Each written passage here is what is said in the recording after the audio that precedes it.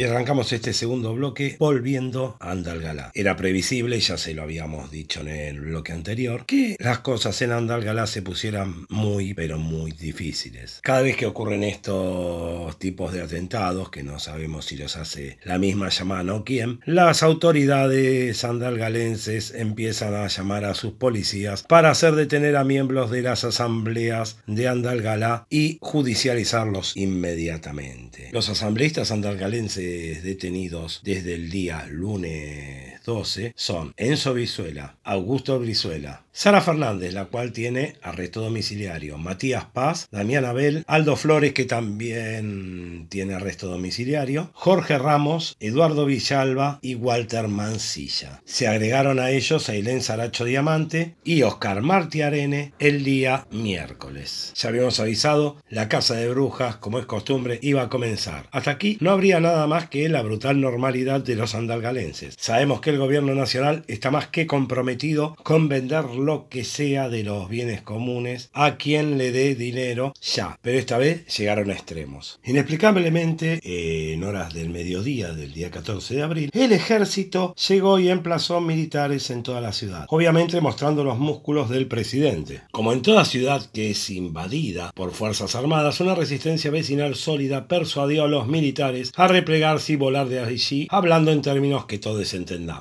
Últimamente ni el presidente pudo explicar, sin trabucarse, el rol de las Fuerzas Armadas en la sanidad del pueblo. En el caso del avance de tropas en Andalgalá, el ministro de Defensa de la Nación salió al cruce con un ridículo tuit que decía: el personal militar que aparece en las fotos pertenece al RIM-15 de La Rioja. Van rumbo a Santa María, Catamarca, a replegar un radar y regresarlo a La Rioja. Pararon en Andalgalá en un kiosco a comprar agua y gaseosa. Así respondió con total caradurez a las fotos que aquí les mostramos y que le han hecho llegar a él. ¡Qué efectivo el señor ministro! El señor Rossi, que aún antes de asumir se volvió loco por armar a las Fuerzas Armadas, no sabemos si es más peligroso por lo inepto o por lo farsante o por lo siniestro. Quizás el peligro de combinar todas esas cualidades negativas y que sea quien administra la tropa militar lo hagan más peligroso que chimpancé acorralado con navajas. La negligencia criminal de este ministro, junto con su soberbia, han desorientado en más de una oportunidad, tanto que lleva algún misil perdido y otras macanas propias de alguien que no puede leer una ruta antes de salir a hablar sandeces. Lo hecho en Andalgalá no tiene justificación, solo se hizo como un mensaje del Estado Nacional a un pueblo que los enfrenta, y los enfrenta simplemente para que no les envenenen su tranquila vida. Pero como nos cansamos que los exégetas de esta oligarquía nos quieran hacer creer que el fraude que ellos compraron vale algo, les brindamos lo que están viendo ahora en pantalla, que es la única ruta que une ambas localidades mencionadas por el ministro. Es por la ruta 40 derechito, pasando por Belén y llegando a Santa María, donde deberían haber 1000 lugares antes de siquiera pisar Andalgalá para comprar una gaseosa. No hay ninguna necesidad de pasar por el pueblo en lucha contra la megaminería que sufre desde el comienzo de la semana una siniestra casa de brujas.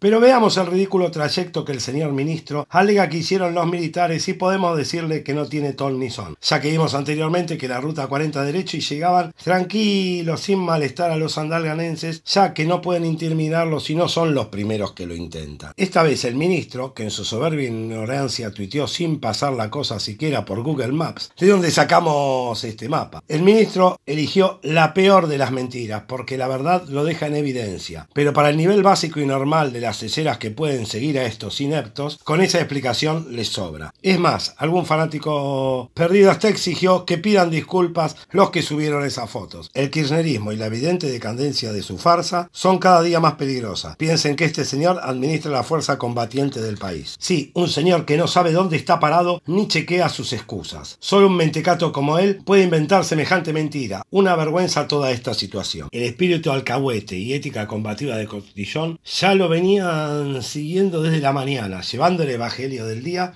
el mismo que su jefe ensaya siempre, la de negar que el ejército actúa en la seguridad interior. Ya Néstor coleccionaba espías y cultivaba listas negras. Podría hablarles también de Cristina y el operativo Escudo Norte para ver que la idea mueve a risa. Menos gente, más milicos y ni una gasa. Esa es la ecuación con la que el gobierno pretende combatir al coronavirus. Pero como les decíamos, desde muy temprano el gobierno salió a aclarar que lo que vemos no es lo que vemos. El tuit del ministro es tan ridículo como el de de Bolsonaro hablando sobre el ejército en las calles. Sí, justo el abominable Bolsonaro. Pero después de este canchero tuit se mandan la de Andalgalá. Sabemos que no es nada casual lo que pasa. El ejército no se anima a asomar sus narices en la autónoma. Saben que se les va a pudrir. Hasta las tropas federales repliegan a los accesos de la ciudad y aún así creemos que el toque de queda promocionado para la autónoma es una excusa para poder seguir vendiendo las joyas de la abuela. La obsesión con seguir volando montañas y envenenando aguas es para la dirigencia política del país una fuente de ingresos segura. Pero entre esos recursos económicos están los pueblos cordilleranos irreductibles defensores de la Pacha. Necesitan inyectar dinero a como dé lugar. La autónoma será un ensayo. El gran partido represivo se juega a 1000 kilómetros de ella. ¿Qué podemos hacer desde Buenos Aires o otras ciudades del país? Conectarse con las asambleas a través de todas las redes sociales o vías de telecomunicación posibles. Siempre a sabiendas que las mismas serán monitoreadas. Ninguno de los compañeros debe ser privado de su libertad ni por un segundo más. No podemos ni debemos permitirnos que el Estado tenga un rehén, aunque sea uno solo de los nuestros. Liberen ya a los compañeros. Basta de armar causas para judicializar la resistencia al cáncer. Están siendo derrotados en Chubut y ya lo fueron en Mendoza. Y lo mejor que puede hacer el gobierno es entender que no es no, que no hay licencia social que valga. En horas de la mañana del día 15, el presidente salió a decir en lo de su mandadero, el gato silvestre, que en la Argentina no hay toque de queda. La verdad es solamente un ridículo ensayo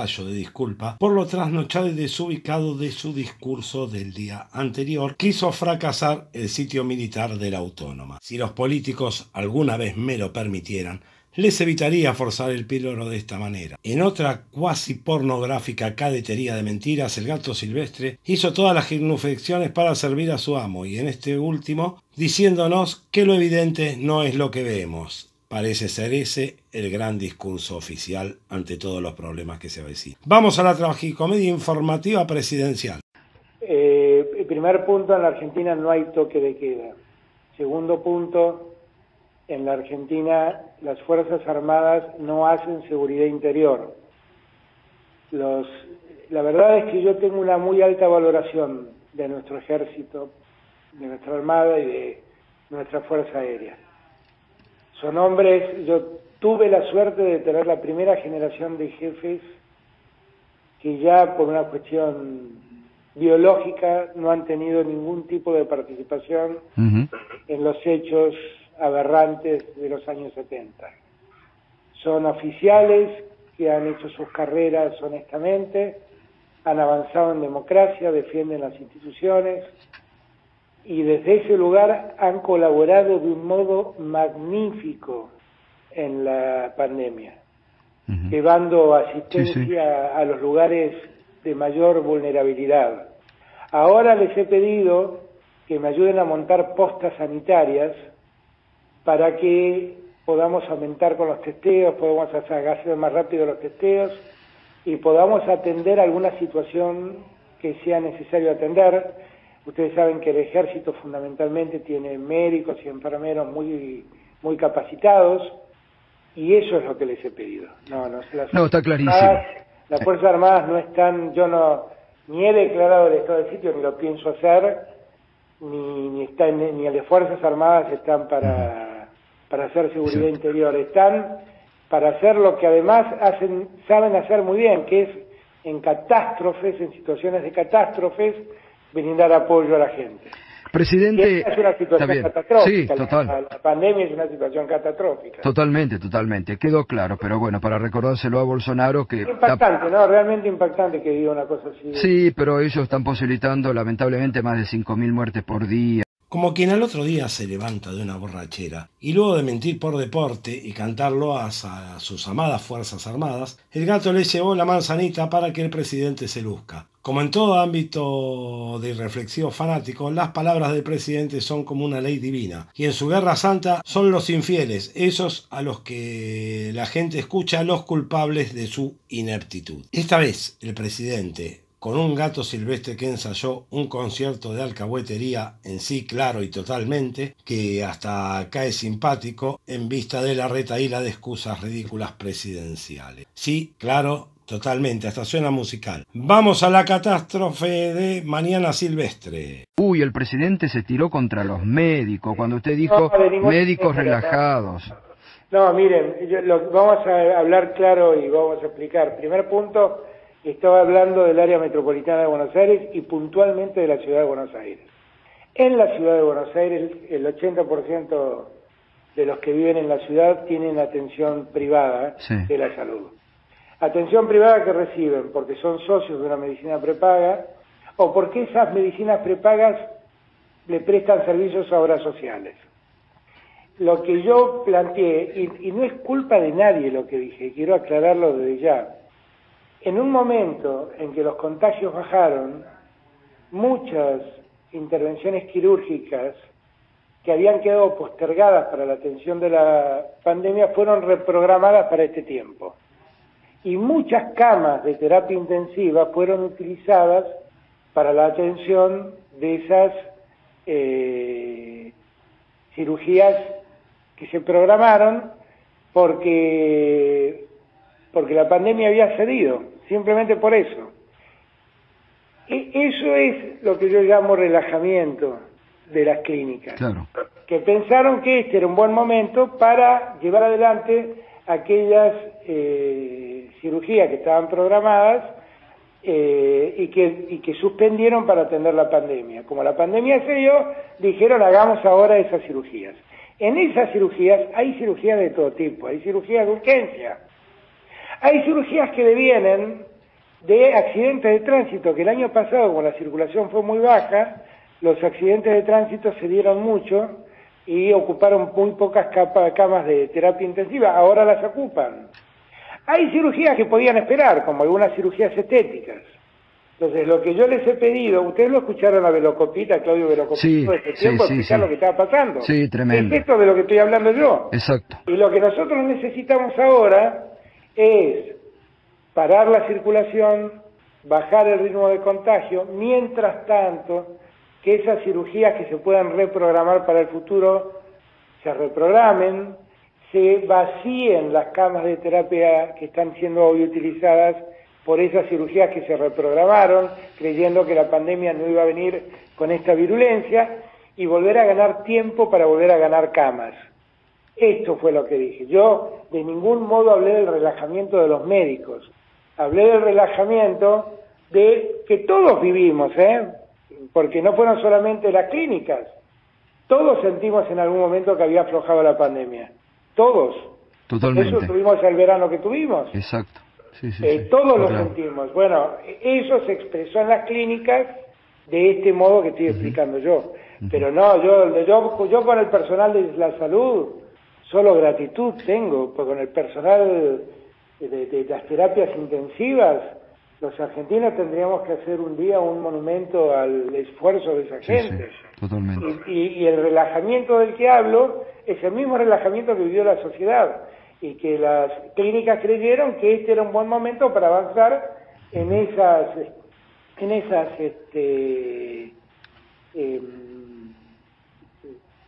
atenciones quirúrgicas que en otro momento suspendieron, simplemente. El acampe en tribunales por los privados de la libertad fue atacado en la noche del sábado por un grupo de fanáticos nazis que se desprendieron de la marcha que se estaba realizando en la Plaza de la República de esta ciudad autónoma. Hasta aquí el primer avance de la noticia, que no es más que la punta de un iceberg siniestro, prefigurativo de lo que será este toque de queda y las tácticas para vaciar las calles de la autónoma a la mayor brevedad posible. El motivo es que la tropa federal pueda establecer el completo toque de queda a pedido del presidente y permitir así que el ejemplo de sometimiento cunda en todo el país, en especial en los pueblos que están en lucha contra la megaminería. Este es otro de los sueños de los poderosos que no abandonan porque tienen razones de pesos y también de dólares para hacerlo. La resistencia a los ajustes en marcha debe ser aniquilada de inmediato por el poder y cuanto antes, para que los poderosos puedan vender cuanta piedra, metal o valor puedan extraer para conseguir efectivo que financie sus bienes terrenales mientras condenan a la población al cáncer y al envenenamiento. Pero volvamos específicamente a los hechos de este sábado frente al Palacio de Tribunales en la misma Plaza Lavalle de esta ciudad autónoma. Unas personas de la marcha en Obelisco se acercaron a conversar con los miembros del acampe. Cuando cerca de esas personas comienzan a avanzar unos jóvenes identificados con simbología nazi y a provocar a la gente allí presente. Los acampantes, pensando que era un hecho aislado, los obligaron a replegarse, pero detrás de ellos apareció una treintena de militantes nazis, cual grupo de choque que se encargó de atacar las instalaciones del acampe ante la mirada hasta cómplice de la policía de la ciudad. En todo momento, los miembros de esa repartición se dedicaron a proteger a los atacantes y le negaron el acceso a la atención médica a Alfredo Cuéllar y otro integrante cuya identidad no estamos autorizados a brindar. Cuando los uniformados sintieron la presión suficiente y con los agresores impunes, una ambulancia trasladó a ambos heridos al Hospital Ramos Mejía de esta ciudad. Allí la policía de la ciudad permaneció pegada a los heridos como si en vez de ser víctimas fueran detenidos. Cuando consultamos al personal de guardia se nos brindó un parte poco técnico y muy guionado por parte del personal, además destacando que tiene razón la gente de la policía. Eso nos decían, cosa que no les habíamos preguntado de ninguna manera. Luego de pasar por el Hospital Ramos Mejía nos acercamos al acampe en tribunales y allí se nos informó que los heridos decidieron que irían al Hospital Argerich a ser atendidos, debido a los malos tratos y el asedio policial padecido en el anterior nosocomio. El padre de la China, Alfredo Cuéllar, permaneció sin atención médica durante casi 20 minutos mientras aseguraban la salida del grupo de atacantes. Por eso, la foto que ilustra este video es la del uniformado que todavía se vanagloriaba de su al menos negligente accionar, sino hasta cómplice de los atacantes. Desde Locomoción TV les contamos que este no fue un hecho aislado. El gobierno de la ciudad está entregando a los habitantes de esta autónoma a las fuerzas federales. El deseo de esta gente es poder concretar el sitio federal a la ciudad, como lo expresara en su discurso de extensión del toque de queda el mismo presidente de la República. Molesta la protesta social en momentos de ajuste y molesta mucho. Y como es de esperar, el Estado actúa en consecuencia. A continuación, el Heraldo Furioso les leerá el comunicado emitido sobre particular por la gente del mismo acampe. Adelante, Heraldo. Comunicado desde el acampe de familiares de detenidos frente a la Corte Suprema de la Nación. El día de ayer, 17 de abril en la noche, una patota de aproximadamente 30 personas vinieron a atacarnos. Entre neonazis y policías golpearon a mansalva, arrancaron banderas y carpas.